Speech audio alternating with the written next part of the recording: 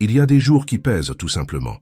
La tête ne s'arrête pas, le corps se fige, et tout semble demander plus que ce que tu peux offrir. C'est là que beaucoup se trompent. Ils pensent que la force, c'est faire semblant, cacher la douleur, ravaler les larmes, et continuer comme si de rien n'était. Mais les stoïciens voyaient cela autrement. Pour eux, une journée difficile n'était pas une punition, mais un entraînement. C'était l'occasion de forger ce qu'il y a de plus fort en toi.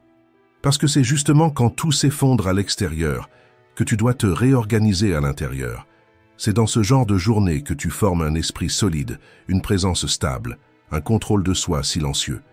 Aujourd'hui, je vais te montrer 12 leçons stoïciennes qui vont t'aider à traverser les jours les plus durs avec plus de présence, plus de clarté et plus de conscience. Tu n'as pas besoin de tout résoudre maintenant. Mais tu dois cesser de te saboter et transformer ce moment difficile en point de bascule. Si cela a résonné en toi, écris dans les commentaires. Aujourd'hui, je choisis de vaincre. Je suis stoïcien. C'est ta première déclaration de force. Et avant la première leçon, je te demande juste 2 choses. Aime cette vidéo et abonne-toi à la chaîne. Ça aide vraiment ce message à atteindre ceux qui en ont le plus besoin. 1. Ouvre les yeux de ta conscience. Aujourd'hui, tout le monde veut une part de ton attention. Les algorithmes sont programmés pour te garder à faire défiler l'écran. Les applications sont conçues pour rendre ton cerveau dépendant. Les marques créent des désirs que tu ne savais même pas avoir. Et les journaux, quant à eux, fabriquent de l'indignation, pas de l'information. Et le résultat? Tu te réveilles fatigué et tu vas te coucher épuisé, sans vraiment savoir à quoi tu as consacré ton énergie.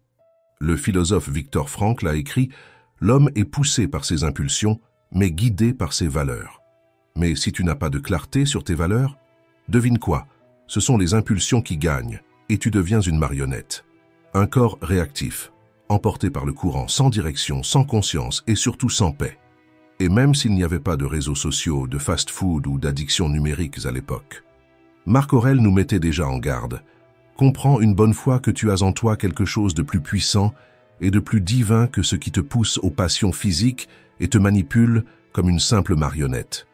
Il savait que les distractions changent de forme, mais qu'elles cherchent toujours à faire de toi un esclave, des désirs, de la précipitation, de la peur et de l'approbation des autres.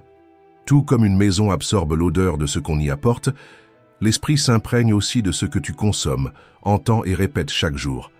C'est pour cela que les stoïciens nous invitent à surveiller ce qui occupe notre esprit. Tu sais ce qui t'influence en ce moment? Tu sais ce qui façonne tes désirs, ta routine, tes pensées?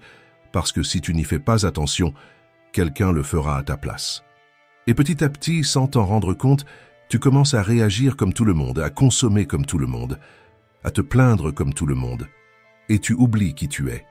Libérer l'esprit est un entraînement. C'est apprendre à choisir ce qui entre, à fermer la porte à ce qui t'affaiblit et à faire de la place pour ce qui te nourrit. C'est faire taire le bruit extérieur pour enfin écouter ce qui vibre encore à l'intérieur. C'est arrêter de te laisser emporter et commencer à avancer avec direction. Parce que l'esprit n'est libre que lorsque tu te rappelles qu'il est à toi et que c'est toi qui décides ce qui reste, ce qui grandit, ce qui commande. Dans les prochains jours, choisis ce qui te renforce, une pensée à la fois. C'est comme ça que tu cesses d'être programmé et que tu redeviens conscient, que tu cesses d'être emporté et que tu commences enfin à conduire. 2. Sois le protagoniste de tes choix. La tâche principale dans la vie est simplement celle-ci. Identifier et séparer les choses de manière à pouvoir me dire clairement lesquelles relèvent de mon contrôle et lesquelles n'en relèvent pas. Épictète. Réfléchis avec moi. Combien d'énergie as-tu déjà gaspillé à essayer de changer ce qui ne dépendait pas de toi? Tu essaies de plaire à ceux qui ne veulent pas être charmés, tu essaies de contrôler l'humeur des autres, tu essaies d'éviter les imprévus, de faire revenir le passé, voire de prédire l'avenir. Et tout cela ne fait que t'épuiser. Pendant ce temps, la vie passe. Et ce que tu pourrais vraiment changer, ta routine, tes attitudes, ta façon de réagir, reste exactement pareil. Pourquoi? Parce que tu mènes ton combat au mauvais endroit. Les stoïciens appelaient cela la dichotomie du contrôle. Accepter ce qui est hors de portée et se concentrer sur ce qui dépend de toi. Tu ne peux pas contrôler la pluie qui annule un concert, mais tu peux décider si tu vas te plaindre toute la journée ou profiter de ce moment pour faire quelque chose qui t'apaise. Tu ne peux pas effacer les traumatismes du passé. Mais tu peux choisir de ne plus les laisser définir qui tu es aujourd'hui. Tu ne peux pas forcer quelqu'un à t'aimer, mais tu peux cesser de te transformer par peur du rejet. C'est l'un des déclics les plus puissants que l'on puisse avoir dans la vie. Comprendre que ta force ne réside pas dans le contrôle absolu, mais dans la sagesse de choisir où poser ton attention. Tandis que beaucoup se battent contre ce qu'ils ne peuvent pas changer, toi, tu peux te concentrer sur ce qui t'appartient. Tes mots, tes décisions, ta conduite, ta présence. Et oui, cela demande de l'entraînement. Mais ça commence simplement. Aujourd'hui, regarde ta vie et demande-toi, qu'est-ce que j'essaie de contrôler qui ne dépend pas de moi? Et qu'est-ce que j'ignore alors que cela est entre mes mains? Parce que quand tu changes ton focus, tu changes tes possibilités. Et quand tu cesses de mener des batailles que tu ne peux pas gagner, ton énergie revient, ton esprit s'apaise et la vie recommence à avancer, parfois même par des chemins que tu ne voyais pas. Alors commence à appliquer ça dès maintenant. Écris dans les commentaires. Je choisis de me concentrer sur ce que je peux transformer. Parce que la paix que tu cherches à l'extérieur naît au moment même où tu reviens à l'intérieur et que tu décides, ça, je lâche, ça, je règle. 3. Laisse l'anxiété partir et la paix entrera. L'anxiété ne commence pas par un problème, elle commence par un désir. Le désir que tout se passe comme tu l'as prévu, que personne ne te déçoive, que le temps soit favorable, que l'argent suffise et que les gens agissent comme tu l'espères. Mais la vie ne répond pas à des ordres, elle répond à la conscience. Et plus tu essaies de tout contrôler, plus tu perds ce qui compte vraiment, ta paix intérieure. L'anxiété, c'est comme essayer de retenir de l'eau entre tes mains. Plus tu serres fort, plus elle s'échappe entre tes doigts. Par exemple, quand un père perd le sommeil à cause de sa fille, il veut que le monde soit sûr. Quand un investisseur s'angoisse face au marché, il veut que l'avenir obéisse. Ou quand un touriste s'énerve à cause du climat, il veut que le ciel s'adapte à ses plans. Dans tous ces cas, la souffrance naît d'un point commun, le désir de contrôler l'incontrôlable. Épictète disait « Quand je vois quelqu'un d'anxieux, je me demande « Que veut-il » Car s'il ne désirait rien qui soit hors de son contrôle, pourquoi serait-il anxieux? Voilà la racine du problème. L'anxiété est un échange injuste. Tu abandonnes ta tranquillité en espérant recevoir des garanties que la vie ne peut pas te donner. Mais elle ne tient jamais ses promesses. Elle épuise ton énergie, déforme ta perception, bloque les décisions simples et rend le présent insupportable. Combien de fois t'es-tu déjà surpris à actualiser sans cesse ton écran, à te ronger les ongles, à faire les 100 pas, comme si ce mouvement intérieur pouvait accélérer le temps? La prochaine fois que cette boule dans la poitrine apparaîtra, arrête-toi, respire et demande-toi « Qu'est-ce que j'essaie exactement de contrôler en ce moment? Est-ce vraiment entre mes mains? Est-ce que cette anxiété me guide ou me domine ?» Tu n'as pas besoin de prétendre que tu ne ressens rien. Mais tu dois te rappeler, tout ce qui pèse ne mérite pas d'être porté, et toute pensée anxieuse ne mérite pas de devenir une direction. La paix commence à l'instant où tu cesses de marchander ta sérénité avec le monde et choisis de protéger le seul territoire que tu peux vraiment commander, ton monde intérieur. 4. Tout ce dont tu as besoin est déjà en toi. Tu possèdes en toi l'un des outils les plus puissants de la nature, ton esprit. Mais combien de fois lui fais-tu vraiment confiance? Combien de fois sous-estimes-tu ta capacité à choisir, refuser, changer ou construire simplement parce que la vie t'a appris à douter? Épictète disait, le travail propre de l'esprit est l'exercice du choix, du refus, du désir, du rejet, de la préparation, de l'objectif et du consentement. Rien ne peut l'en empêcher, si ce n'est lui-même. Autrement dit, ce qui sabote l'esprit, c'est l'esprit lui-même quand il s'éloigne de ce qu'il devrait faire. Et quelle est sa fonction? Choisir avec conscience, refuser ce qui t'affaiblit, désirer être meilleur qu'hier. Rejeter ce qui est faux, ce qui est nocif, ce qui est du bruit. Se préparer à ce qui vient avec courage et souplesse. Se souvenir de ton but et accepter avec lucidité ce qui échappe à ton contrôle. Peu importe si tu as eu plus ou moins d'opportunités, si tu as grandi dans un foyer structuré ou au milieu du chaos, nous avons tous reçu le même outil, l'esprit. La différence réside dans la façon dont chacun choisit de l'utiliser. Et peut-être que ton esprit est là, distrait, saboté, fatigué d'avoir porté trop longtemps des pensées inutiles, des peurs empruntées et des désirs qui ne t'appartiennent même pas. Mais la bonne nouvelle, c'est qu'il est encore à toi. Ton esprit peut encore être entraîné, guidé, fortifié. Et plus tu assumes cette responsabilité, plus tu te rends compte que la vie ne dépend pas de ce qui va bien. Elle dépend de ta capacité à penser avec clarté, à ressentir avec équilibre et à agir avec vérité. L'esprit est comme un navire en haute mer. Si tu ne prends pas la barre, les courants décident pour toi, mais quand tu entraînes ton attention, même au milieu de la tempête, tu apprends à naviguer avec fermeté. Aujourd'hui, fais ce pacte avec toi-même et écris dans les commentaires. J'utilise mon esprit en ma faveur, parce qu'un stoïcien n'attend pas que l'esprit se perde pour le récupérer. Il s'entraîne chaque jour pour que l'esprit devienne un instrument de liberté et jamais plus un instrument de confusion. 5. Donne la priorité à ce qui a vraiment du sens. Combien de fois as-tu dit oui par peur de décevoir les autres, et ensuite tu t'es déçu toi-même? La vérité, c'est que beaucoup de gens ne sont pas fatigués parce qu'ils en font trop. Ils sont fatigués parce qu'ils font ce qu'ils ne devraient pas faire. Tu dis oui à des invitations que tu ne veux pas accepter, à des promesses que tu ne veux pas tenir, à des conversations qui ne t'élèvent pas, à des idées qui ne sont même pas les tiennes. Tu cèdes, tu te plies, tu te surcharges. Et quand tu t'en rends compte, il ne te reste plus ni temps ni énergie pour t'occuper de ce qui compte vraiment, toi. Et ça ne s'arrête pas là. Parce qu'on dit aussi oui à des émotions qui vident l'âme, la colère qui nous ronge pendant des jours, l'euphorie impulsive qui nous fait perdre le cap, les distractions qui semblent inoffensives, mais qui volent des heures de notre vie. Tout cela paraît insignifiant, jusqu'à ce que ça s'accumule et devienne une routine. C'est à ce moment-là que la phrase de Sénèque frappe comme un coup de poing. Combien a été gaspillé dans le chagrin inutile, la joie stupide, le désir vorace et les bavardages futiles. Comme il t'en est resté peu de ce qui était à toi. Tu te rendras compte que tu meurs avant l'heure. As-tu déjà réfléchi à toute l'énergie que tu dépenses pour des choses qui ne construisent rien? C'est pour cela que le mot « non » est une forme d'amour-propre. Dire « non », ce n'est pas de l'égoïsme, c'est de la maturité.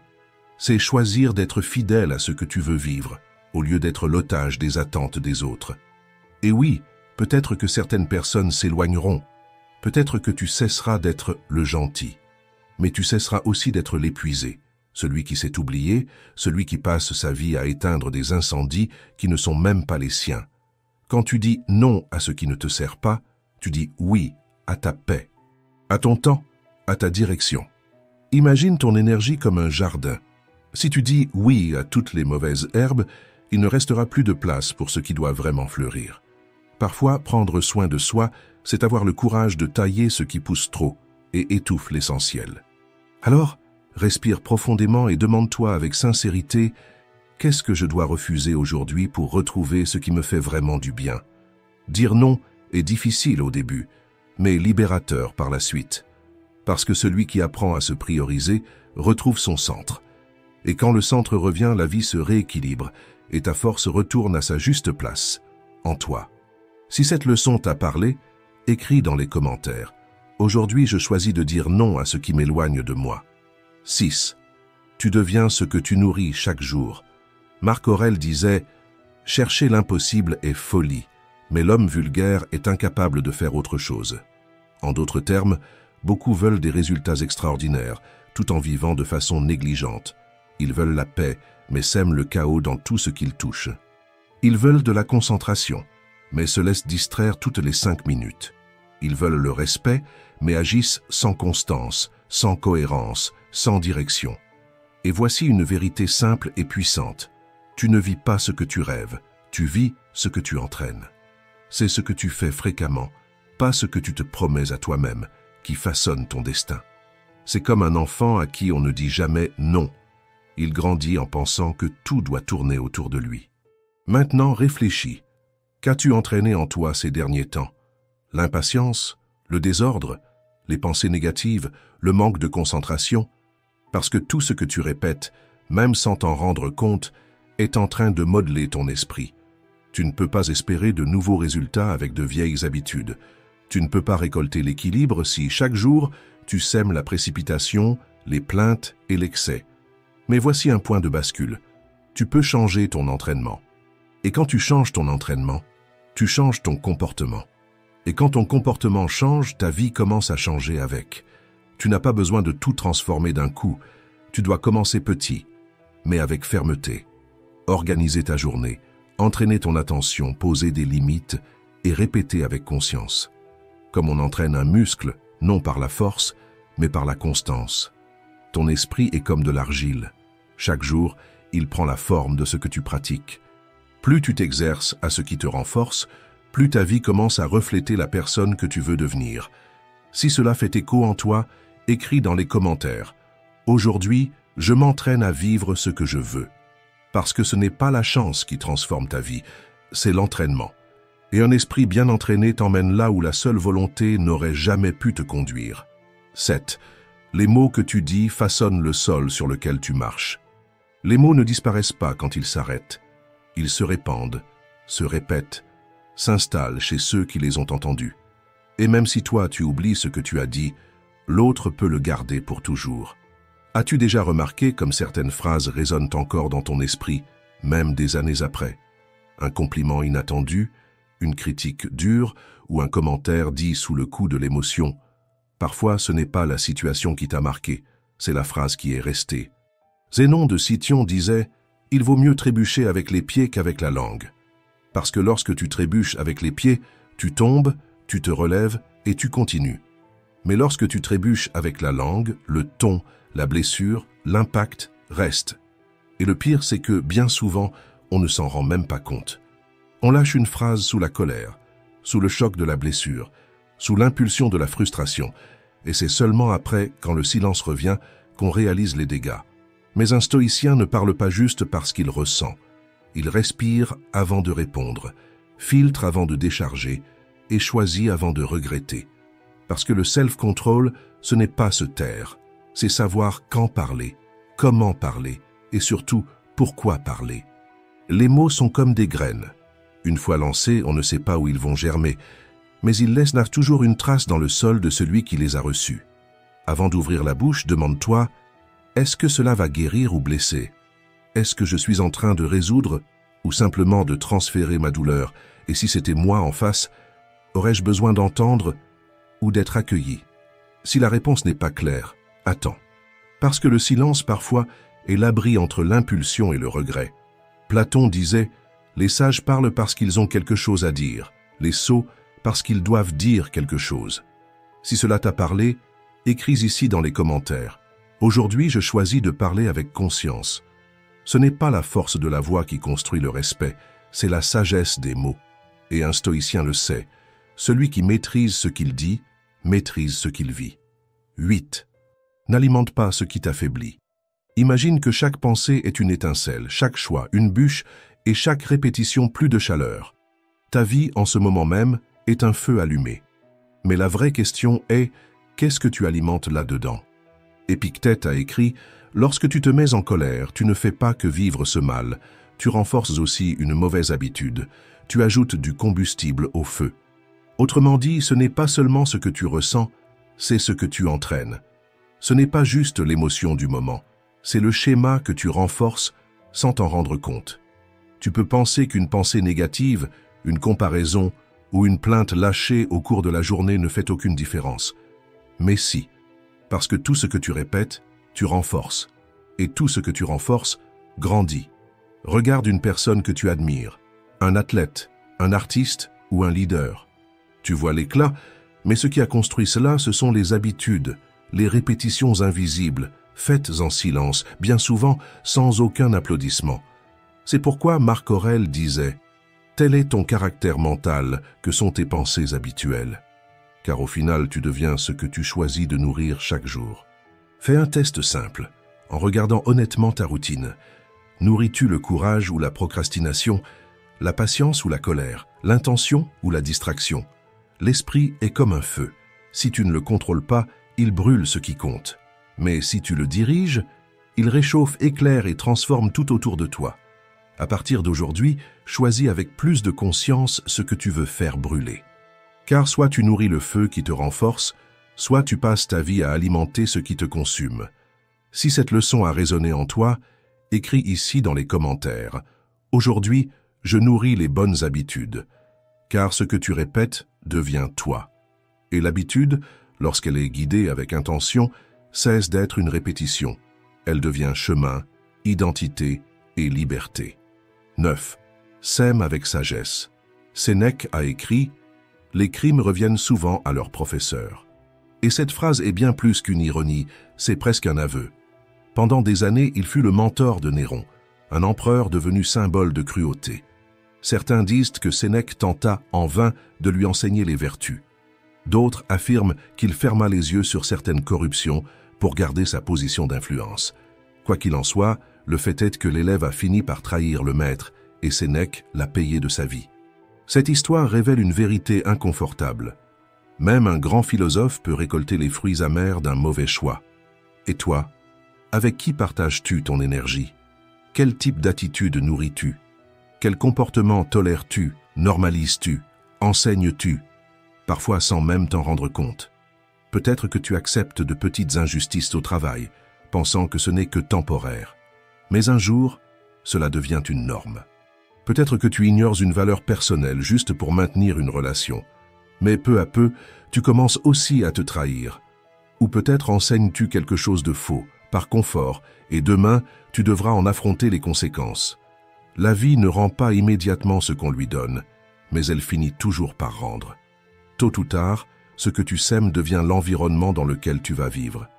Et ce n'est pas seulement ce que tu fais, c'est ce que tu tolères, ce que tu enseignes par l'exemple, ce que tu répètes en pensant que ce n'est pas important. Tout cela construit ton avenir. Comme le dit le proverbe oriental, tout ce qui part, revient. Ce n'est pas de la superstition, c'est de la responsabilité. Si tu sèmes la déloyauté, tu récolteras la méfiance. Si tu sèmes la négligence, tu récolteras le déséquilibre. Mais si tu sèmes la vérité, l'intégrité et la présence, c'est aussi cela qui commencera à pousser autour de toi. Ne pense pas que tes actes sont invisibles. La vie te regarde et elle apprend de toi. Alors, avant d'avancer, regarde autour de toi et demande-toi, qu'est-ce que je sème dans mes relations, dans mes décisions, dans les lieux où je passe? Car, au fond, personne n'échappe à la récolte. Même Sénèque n'y a pas échappé. Si cette leçon t'a touché, écris dans les commentaires. Aujourd'hui, je choisis de semer ce que je veux récolter. Parce que le caractère, c'est aussi cela. Le courage d'assumer la responsabilité du monde que tu es en train de construire de tes propres mains. 10. C'est dans l'épreuve que ta force se révèle. Tu ne découvres vraiment qui tu es que lorsque tout va mal. Sénèque disait « Je te considère malchanceux car tu n'as jamais connu le malheur. Tu as traversé la vie sans adversaire. Personne ne peut savoir de quoi tu es capable, pas même toi. » Et il avait raison. Si la vie ne t'a jamais demandé plus que du confort, comment pourrais-tu connaître ta propre force? La vérité, c'est que les plus grands moments de croissance ne viennent pas de la tranquillité. Ils viennent de la douleur, de la crise, de l'imprévu qui t'a obligé à te relever avec une force dont tu ne te croyais pas capable. Beaucoup de personnes qui ont traversé des périodes difficiles regardent en arrière et disent « C'était la meilleure chose qui me soit arrivée. Ça m'a forgé. » Ou encore « Ça m'a montré ce dont je suis capable. » Et ce n'est pas parce que c'était facile, c'est parce que c'était réel. C'est lorsque tu es mis à l'épreuve que ton essence apparaît. C'est là que tu découvres de quoi tu es fait, pas en parole, mais en acte, dans la lutte, dans le dépassement. Nietzsche disait « Ce qui ne me tue pas me rend plus fort ». Ce n'est pas une formule toute faite, c'est une vérité vécue par ceux qui ont touché le fond et choisi de revenir plus fort. Alors si aujourd'hui tu traverses une difficulté, ne la vois pas comme une punition. Vois-la comme une forge. La vie ne cherche pas à te briser, elle cherche à te façonner. Et même si cela semble dur aujourd'hui, viendra un moment où tu comprendras « J'avais besoin de vivre cela, parce que sans cette épreuve, je ne serais jamais devenu qui je suis. » Si cette leçon t'a touché, écris dans les commentaires « Je traverse la douleur, mais j'en ressors plus fort. Je suis stoïque. » Et n'oublie jamais, l'obstacle est peut-être le test, mais la manière dont tu le traverses est ta véritable réponse. 11. Le caractère détermine le destin. Tu peux tout apprendre, obtenir des diplômes, parler plusieurs langues, maîtriser des techniques. Mais sans caractère, tout cela n'est qu'un vernis, et le vernis ne résiste pas au temps. Héraclite disait « Le caractère, c'est le destin ». Et il ne parlait pas d'apparence, mais d'essence de ce que tu fais quand personne ne regarde, de ce qui soutient tes choix même sans pression extérieure. Les CV impressionnent, mais ce sont le respect, la présence et l'éthique qui maintiennent les portes ouvertes après le premier impact. Et cela vaut pour tout, carrière, amitié, relations, parce que la chance peut peut-être t'emmener sur scène, mais c'est ton caractère qui décidera si tu y restes ou si tu seras oublié une fois les projecteurs éteints. Sénèque disait aussi « Invite certains à ta table pour ce qu'ils méritent, d'autres pour ce qu'ils peuvent devenir. » Car la valeur d'une personne ne réside pas dans un titre, mais dans son attitude, sa loyauté silencieuse, ce qu'elle donne sans bruit, dans cette solidité intérieure qui n'a rien à prouver, seulement à vivre avec sincérité. Le caractère n'est pas un diplôme, c'est une conduite. C'est ce qui reste quand la façade tombe, quand le statut s'efface et qu'il ne reste plus que toi face à tes choix. Alors, avant de courir vers le prochain poste, la prochaine opportunité, la prochaine relation, pose-toi cette question avec courage. Est-ce que je suis la personne qui mériterait tout cela? Car le destin n'est pas une magie. C'est un reflet de tes décisions quand personne ne regarde, reflet de ton intégrité quand personne n'applaudit. Si cette leçon t'a parlé, écris ici dans les commentaires « Je construis mon destin avec mon caractère ». Tout dans la vie passe, mais ce que tu es continue de bâtir tout ce qui viendra après. 12. Commence à revivre. Marc Aurèle a écrit « Il est possible de commencer à vivre de nouveau. Vois les choses différemment de ce que tu faisais auparavant. C'est ainsi que la vie recommence. » Et si tu pouvais, là, maintenant, appuyer sur un bouton invisible et tout recommencer? À quoi ressemblerait ta vie si tu pouvais redémarrer sans les culpabilités du passé, sans porter le poids de tout ce que tu n'as pas su résoudre, sans la peur de revivre ce qui a déjà fait mal? Tout le monde se trompe, tout le monde échoue. Mais ce qui sépare ceux qui grandissent de ceux qui se sabotent, c'est un choix silencieux. Avancer ou rester prisonnier de ce qui est déjà passé, pardonner ou se punir, recommencer ou se cacher.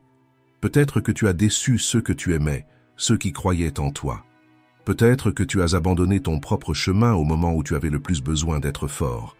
Mais tes principes sont toujours là, ce en quoi tu crois, ce que tu rêves. La personne que tu veux devenir n'ont pas été détruits. Ils ont simplement été oubliés pendant un temps. Tu n'es pas prisonnier de ce qui s'est passé. Tu es libre de repenser, de choisir à nouveau, de rallumer ce que tu avais perdu. Car ce n'est pas le passé qui te définit, c'est ce que tu fais après lui qui révèle qui tu es. Recommencer, c'est comme allumer une lumière dans une pièce obscure. L'espace est le même, mais tout change quand tu vois avec clarté. La sortie a toujours été là, il te manquait seulement le courage d'allumer ta propre conscience. Et maintenant je te demande, quel rêve as-tu rangé en pensant qu'il était trop tard? Créer ton entreprise, changer de métier, fonder une famille, voyager, reprendre ton histoire là où elle s'était arrêtée? La vie t'attend encore, et chaque fois que tu choisis de revenir à ce qui compte, tu recommences de l'intérieur. Tu recommences à vivre avec vérité, avec intégrité, avec engagement. Pas pour ce que les autres attendent de toi, mais pour ce que tu sens que tu es né pour vivre. Et si tu ne sais pas par où commencer, commence petit, avec une pensée plus consciente, avec un geste plus fidèle à toi-même, avec un choix qui te redonne du courage. Peu importe la taille du pas, ce qui compte c'est la direction, et la bonne direction commence en toi. Recommencer n'efface pas ce que tu as été, mais révèle ce que tu peux encore devenir. Si cela a résonné en toi, écris dans les commentaires. Aujourd'hui, je recommence à vivre. Je choisis de renaître. Car ton passé n'est pas une condamnation. Il est le sol où peut naître une nouvelle histoire. J'espère que ces leçons t'ont aidé à traverser les jours difficiles avec plus de clarté. Si cela a fait sens pour toi, abonne-toi à la chaîne, aime cette vidéo, commente juste en dessous et partage avec quelqu'un qui a besoin de retrouver sa propre force. Merci d'avoir regardé.